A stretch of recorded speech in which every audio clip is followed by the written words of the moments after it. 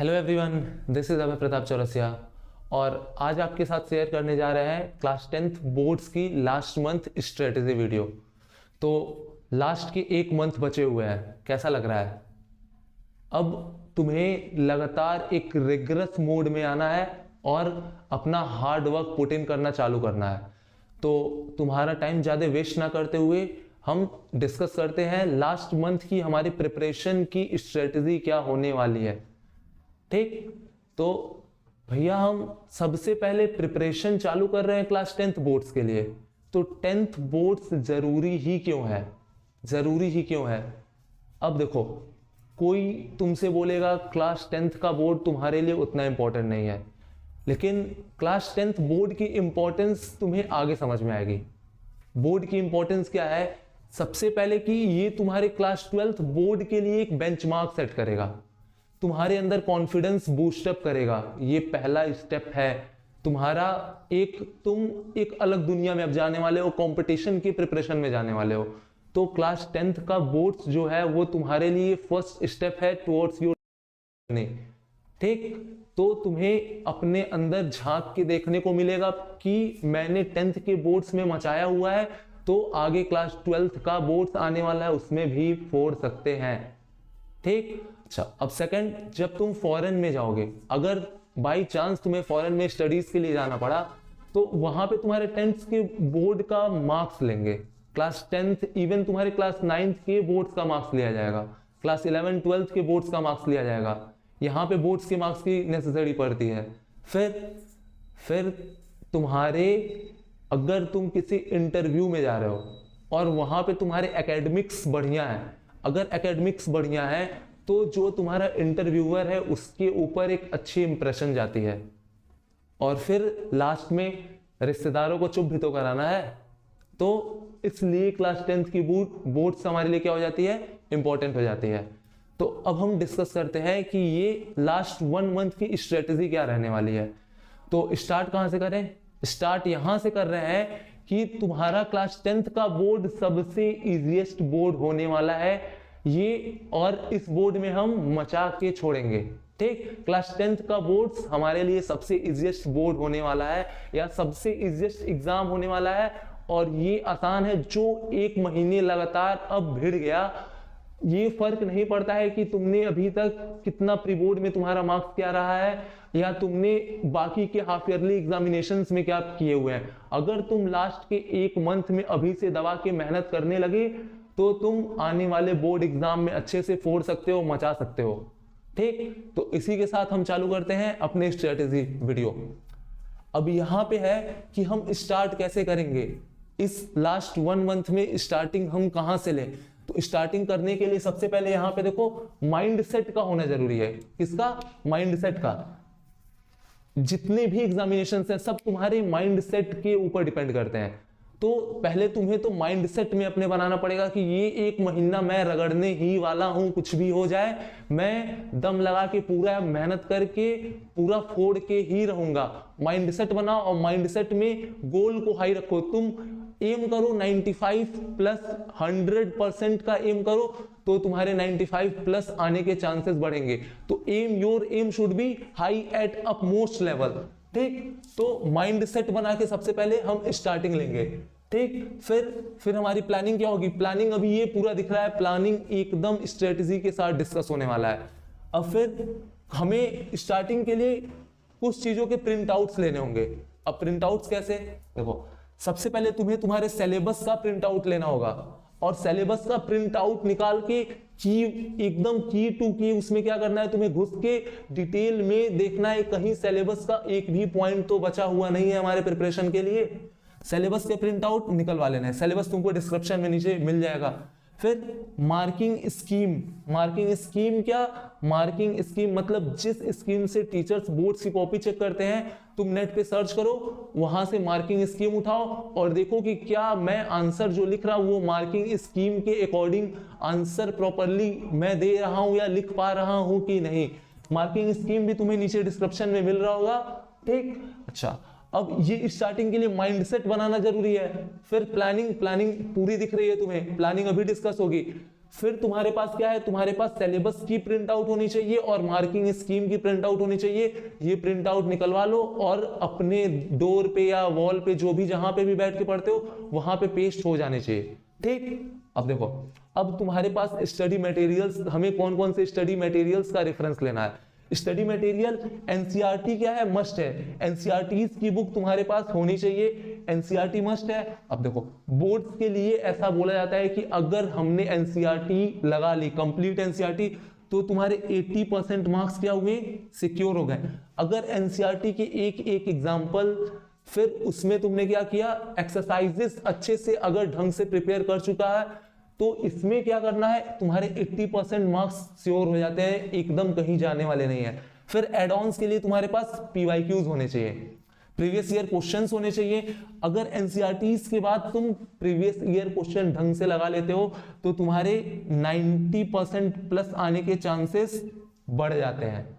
अब एनसीईआरटीज हो गए, पीवाईक्यूज हो गए, तो तुम्हारे पास कोई ना कोई सैंपल पेपर होना चाहिए। सैंपल पेपर तुम अनसॉल्व ले सकते हो, ओजोल का ले लो, एडुकार्ड का ले लो, अरिहंट का ले लो, कोई भी ले लो, बस प्रैक्टिस करने के लिए तुम्हारे पास होना चाहिए।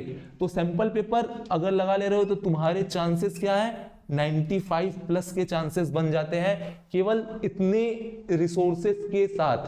ठीक, तो ये स्टार्टिंग के लिए तुम्हें अपने स्टडी मटेरियल लेने, सबसे पहले NCERTs are must, then PYQs, and then हम क्या करने वाले हैं, सैंपल पेपर लगाने वाले हैं।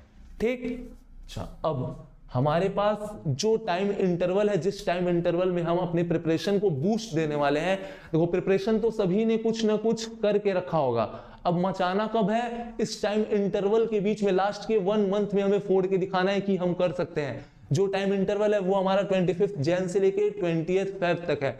भैया पेपर तो 27 फेब से चालू हो रहा है, तो ये 7 दिन में क्या करने हैं, 21 फेब से लेके 26 फेब तक क्या करना है वो डिस्कस होगा अभी वीडियो में लेटर ऑन। अब देखो 25 जैन से लेके 20 फेब तक हमारे पास कितने डेज हैं, 26 डेज हैं। अब इन 26 डेज में हमें क्या करना है, पर डे 9 आवर्स का स्टडी निकालना है। क्या निकालना है, 9 आवर्स का। तुम कोशिश करो 9 आवर्स प्लस जाए, लेकिन 24 घंटे दिन में होते हैं, उसमें से 9 आवर अब रिगरस स्टडी तुम्हें डालना पड़ेगा। ठीक, अच्छा, इसके साथ अगर हम 9 आवर्स का स्टडी देख रहे हैं तो हमारे पास टोटल कितने आवर्स हो जा रहे हैं 26 डेज में, यहाँ पे तुम्हारे पास 234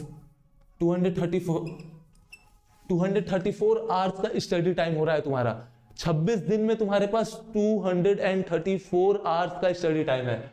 अब इस स्टडी टाइम का यूटिलाइज कैसे करना है, सबसे पहले हम आते हैं मैथ्स पे। मैथ्स में अगर देखा जाए तुम्हारे पास है टोटल 14 चैप्टर, साइंस में है 16 चैप्टर, सोशल साइंस में है 21 चैप्टर्स, हिंदी, ये तुम्हारा लिटरेचर का पोर्शन, हिंदी में है 17 चैप्टर और इंग्लिश में है 11 चैप्टर्स। अब हमें क्या करना है, अगर मैथ, साइंस और सोशल साइंस को ऐड करें, ये तुम्हारे टोटल हो रहा है 51 चैप्टर्स, और हिंदी इंग्लिश को ऐड करके तुम्हारे टोटल हो रहे हैं 28 चैप्टर्स। अब यहाँ पे हम 3 आवर्स ईच देने वाले हैं, हर एक चैप्टर को 3 आवर्स ईच देने वाले हैं, तो 51 चैप्टर्स को 3 आवर्स ईच देंगे तो हमारे टोटल हो गए 153 आवर्स। कितने हो गए, 153 आवर्स। अब ये मैथ, साइंस और सोशल साइंस को 3 आवर पर चैप्टर हमें देना ही देना है। फिर लिटरेचर पोर्शन के लिए हम हर एक चैप्टर को 2 आवर्स देने वाले हैं। ठीक, तो ये हमारा हो जाएगा टोटल 56 आवर्स। अब देखो यहाँ पे मैथ, साइंस, सोशल साइंस हर एक चैप्टर को, टोटल 14 चैप्टर, 16 चैप्टर और 21 चैप्टर इस ऑर्डर में है, हर एक चैप्टर के लिए 3 आवर्स ईच देने हैं। अब यहाँ पे हमारे पास टोटल 53 आवर्स। हिंदी और इंग्लिश के लिए हमें क्या करना है, टोटल 28 चैप्टर है, 2 आवर्स ईच, 56 आवर्स हो गया। अब टोटल देखा जाए तो 153 plus 56 is equal to 209 hours. कितने, 209 आवर्स। हमारे पास टोटल स्टडी टाइम कितने का है, 234 आवर्स का। अब इतने में 209 आवर्स में हमारे पूरे चैप्टर्स कंप्लीट हो जा रहे हैं, तो भैया ये 25 आवर्स एक्स्ट्रा बच रहे हैं, 25 आवर्स एक्स्ट्रा बच रहे हैं। तो ये 25 आवर्स एक्स्ट्रा नहीं है बाबू, 25 आवर्स के लिए अब क्या करना है, हम 25 आवर्स को 5 इक्वल पार्ट्स में, मींस 5 आवर्स के स्लॉट में डिवाइड करने वाले हैं, 5 आवर्स के स्लॉट में डिवाइड करने वाले हैं। ये जो 25 आवर्स एक्स्ट्रा बचे हैं उसे तुम 5 आवर्स के स्लॉट में डिवाइड करो। अब ये 5 आवर्स के 5 स्लॉट हमारे पास बने। अब करना क्या है, इन 5 हर एक 5 घंटे में इन 5 घंटे को तुम 2 पार्ट में डिवाइड करो। ये एक 3 आवर्स का स्लॉट प्लस 2 आवर्स का स्लॉट। अब इस 3 आवर्स के स्लॉट में तुम्हें क्या निकालना है, हर एक सब्जेक्ट का एक सैंपल पेपर निकालना है तुम्हें, ठीक। तो 5 आवर्स का एक स्लॉट है, इस स्लॉट में तुम्हें 3 आवर्स क्या करना है, सैंपल पेपर लगाना है। आइडियल टाइम 9 से लेके 12 बजे तक के बीच में तुम 3 घंटा, जैसे एग्जाम में तुम्हें जो टाइमिंग पे पेपर देना है उस टाइमिंग पे बैठ के हम सैंपल पेपर लगा रहे होंगे। तो ये सैंपल पेपर 3 घंटा लगातार लगाना है। अब फिर 2 घंटा एक्स्ट्रा है, तो 2 घंटे में क्या करना है, अब सैंपल पेपर तुम्हारा लग के कंप्लीट हो चुका है। अब उसके बाद जो तुम सैंपल पेपर लगा चुके हो उसे 2 घंटे बैठ के एनालिसिस करना है कि मिस्टेक्स कहाँ पे हो रही हैं, स्पेलिंग मिस्टेक्स कहाँ पे हो रही हैं, कैलकुलेशन एरर्स कहाँ पे हो रहे हैं, मैप वर्क में क्या गलती हुई है, आंसर राइटिंग प्रेजेंटेशन कैसा करना था कैसा कर दिया है। अब ये 2 आवर्स तुम्हारे लिए होंगे एनालिसिस वाले। ये 2 आवर्स में हमें आंसर्स के एनालिसिस करने हैं। जो हमने आंसर्स लिखा हुआ है उसका एनालिसिस करना है, और ये भी एक इंपॉर्टेंट पॉइंट है, ठीक। तो ये जो 25 आवर्स हमारे पास एक्स्ट्रा आ रहे थे उनमें हम 5-5 घंटे हर एक सब्जेक्ट को देके अपने सैंपल पेपर को कंप्लीट करने वाले हैं। यहां से तुम्हारा क्या हो रहा है, हर एक सब्जेक्ट का क्या हो जा रहा है, रिवीजन हो जा रहा है, और प्लस यहां पे हम सैंपल पेपर्स भी लगा ले रहा है। अब आते हैं, अब ये स्ट्रेटेजी हुआ कि डेली 9 आवर्स देने हैं, हर एक सब्जेक्ट पे हर एक चैप्टर पे कितने आवर्स आने हैं ये डिस्कस हो गया है। अब हम देखते हैं अब डेली हमारा टास्क क्या रहेगा। डेली टास्क के हिसाब से सबसे पहले तुम्हें हर एक सब्जेक्ट वाइज तुम्हें एक टेबल बनाना है। टेबल में क्या होना चाहिए, चैप्टर। सपोज कि ये मैथ्स के लिए टेबल है, तो मैथ्स के लिए चैप्टर के नेम तुम्हारे पास मैथ्स में है 14 चैप्टर, 14 चैप्टर के नेम्स इस टेबल में होने चाहिए। तो पहला चैप्टर है रियल नंबर्स। क्या है, रियल नंबर्स। अब रियल नंबर का तुम्हें रिवीजन करना है। अब रिवीजन के लिए तुम्हें कितने आवर्स देने हैं, रिवीजन के लिए 1 आवर इज सफिशिएंट। अच्छा, अब रिवीजन करेंगे कहां से, रिवीजन अब तुम्हारे ऊपर डिपेंड करता है। तुम 1 शॉट वीडियोस के लिए जा सकते हो, या फिर जो एनसीईआरटी है उस बुक से, या तुम अगर अपने प्रॉपर नोट्स बना के रखे हो उससे रिवीजन कर सकते हो। ये तुम्हारे ऊपर डिपेंड करता है कि 1 आवर तुम रिवीजन के लिए कहां से आते हो। तुम 1 शॉट से रिवाइज कर सकते हो, अपने खुद के नोट से रिवाइज कर सकते हो, या फिर सीधे एनसीईआरटी से रिवाइज कर सकते हो, ठीक। अब जब ये रिवीजन हो जाएगा तो ये हमें टिक लगाना है। अब हमारे पास यहाँ पे हर एक सब्जेक्ट को हम हर एक चैप्टर को 3 आवर्स दे रहे हैं। 3 आवर्स से 1 आवर यूटिलाइज हुआ हमारा रिवीजन में, और बाकी के 2 आवर्स हमें किस में देने हैं, बाकी के 2 आवर्स हमें एनसीईआरटी के क्वेश्चंस प्लस पीवाईक्यू में देने हैं। अब एनसीईआरटी एक बार तो लगा चुके होंगे सभी लोग। अब क्या करना है, जब एनसीईआरटी तुमने लगाया होगा तो उस पर कुछ क्वेश्चंस फंसे होंगे। उन क्वेश्चंस को जो टिक मार्क हैं उनको एक बार एक्स्ट्रा हमें पेन घिस के फिर से लगाना होगा, और प्लस पीवाईक्यूज, इंपॉर्टेंट पीवाईक्यूज को भी हमें इस 2 आवर्स के ड्यूरेशन में देखना होगा। यहाँ पे हमारा रियल नंबर का पीवाईक्यू हुआ, जब पीवाईक्यू कंप्लीट होगा तो यहाँ पे टिक मार्क आना चाहिए। अब यहाँ पे अब लास्ट क्या करना है, तुम्हारे पास तुम्हारा रिवीजन हुआ 1 आवर, 2 आवर्स में तुम्हारे एनसीईआरटी और पीवाईक्यूज कंप्लीट हुए। जब ये तुम्हारा पूरा हो जाएगा फिर तुम्हें देखना है कि हम कहां पे लैग कर रहे हैं, तो वो इंप्रूवमेंट वाले कॉलम में लिखना है। जैसे रियल नंबर में हम इरेशनल नहीं प्रूव कर पा रहे हैं, √2 इरेशनल नहीं प्रूव कर पा रहे हैं, तो लिख देना है problem in proving irrationality, problem in proving irrationality. तो इंप्रूवमेंट कॉलम में ये लिख देना है। अब यहां से देखो रियल नंबर, उसके बाद पॉलिनोमियल्स, हर एक चैप्टर के लिए तुम्हें करते जाना है। अब किक कहां से मिलेगा यार, जब ये टिक लग जाएंगे पूरे के पूरे, और ये टिक जैसे जैसे लगते जाएंगे तुम अगले नेक्स्ट लेवल पे मूव ऑन होते जाओगे, तो तुम्हें यहां से एकदम बढ़िया वाला किक मिलने वाला है और तुम और मचा के पढ़ने वाले हो, ठीक। होप रखो तुम फोड़ने वाले हो, ये इजीएस्ट एग्जाम है और तुम करके दिखाओगे, ठीक। अब यहाँ पे ये डेली टास्क के हिसाब से हमें फिल कर लेना है। तुम्हारे पास हर एक सब्जेक्ट के लिए टेबल बना होना चाहिए, ठीक, तो अब हम डिस्कस कर चुके हैं कि हमें क्या करना है। सबसे पहले तो ये तुम्हारे पास स्टडी मटेरियल्स होने चाहिए, प्रिंट आउट्स निकले हुए होने चाहिए, इन सब के साथ रेडी हो जाओ। तुम्हारा हर एक दिन तुम्हारा 9 आवर्स का स्टडी शेड्यूल होना चाहिए। तुम 9 आवर अबव जाओ, 10 घंटे जाओ, 12 घंटे जाओ, लेकिन मिनिमम 9 आवर्स के स्टडी शेड्यूल तुम्हारे लिए हमेशा बना हुआ होना चाहिए। ठीक, अब हमने डिस्कस किया ये करना है, लेकिन करने के साथ साथ क्या नहीं करना है, अब वो डिस्कस करते हैं। क्या नहीं करना है? नहीं करना है, सबसे पहले हमारे पास होना चाहिए नॉट टू डू लिस्ट। ठीक, क्या चीज हमें नहीं करना है? सबसे पहले स्मार्टफोन्स आते हैं। क्या? स्मार्टफोन्स।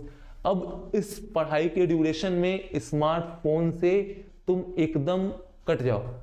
ठीक, कटने का सेंस कि तुम इंस्टाग्राम, फेसबुक, व्हाट्सएप अभी इन सबको बंद करो, सेटिंग्स में जाओ, सबके लिए जो नोटिफिकेशन है ऑफ कर दो। ये तुम्हारा ज्यादा टाइम लेके जाते हैं। रील्स स्क्रॉल करने लगोगे, कब तुम्हारा 2 से 3 से 4 घंटा निकल जाएगा पता नहीं चलेगा। ठीक, तो स्मार्टफोन को अब वाइजली हमें यूज करना है, ना कि स्मार्टफोन हमें यूज करे। ठीक, तो हम यहाँ पे हमें क्या करना है? स्मार्टफोन को दूर रखना है। जब भी पढ़ाई का ड्यूरेशन हो, स्मार्टफोन साइलेंट पे होना चाहिए, फोन तुम्हारा साइलेंट पे होना चाहिए हमेशा। ठीक, अच्छा, अब एग्जाम के टाइम में तुम्हारा डाइट मैटर करता है। अब डाइट में तुम रेगुलर जो हेल्दी खाना मम्मी बनाती हैं वो लो, रोटी, सब्जी, दाल, चावल ये लो।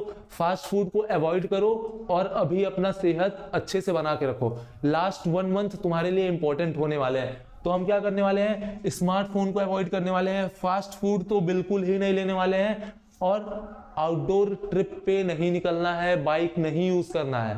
ठीक, अभी लास्ट टाइम पे तुम एक्सीडेंट अफोर्ड नहीं कर सकते, छोटी भी इंजरी अफोर्ड नहीं कर सकते हो। ठीक, तो आउटडोर ट्रिप पे नहीं जाना है।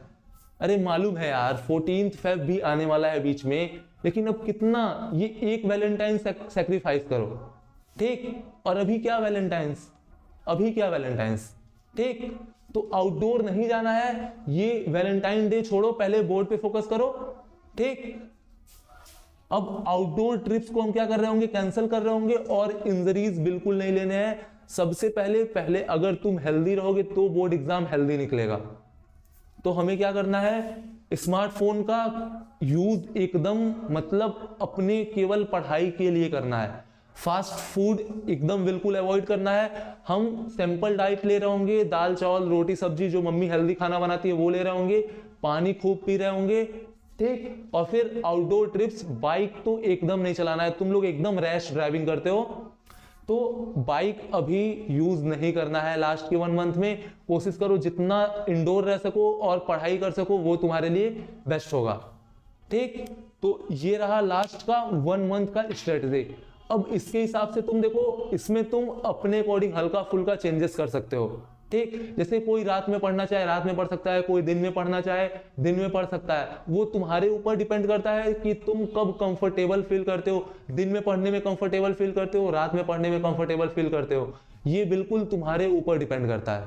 ठीक, इसी के साथ ही अब ये तुम्हारा ज्यादा टाइम वेस्ट ना करते हुए इस सेशन को एंड करते हैं। Till then take care and good bye.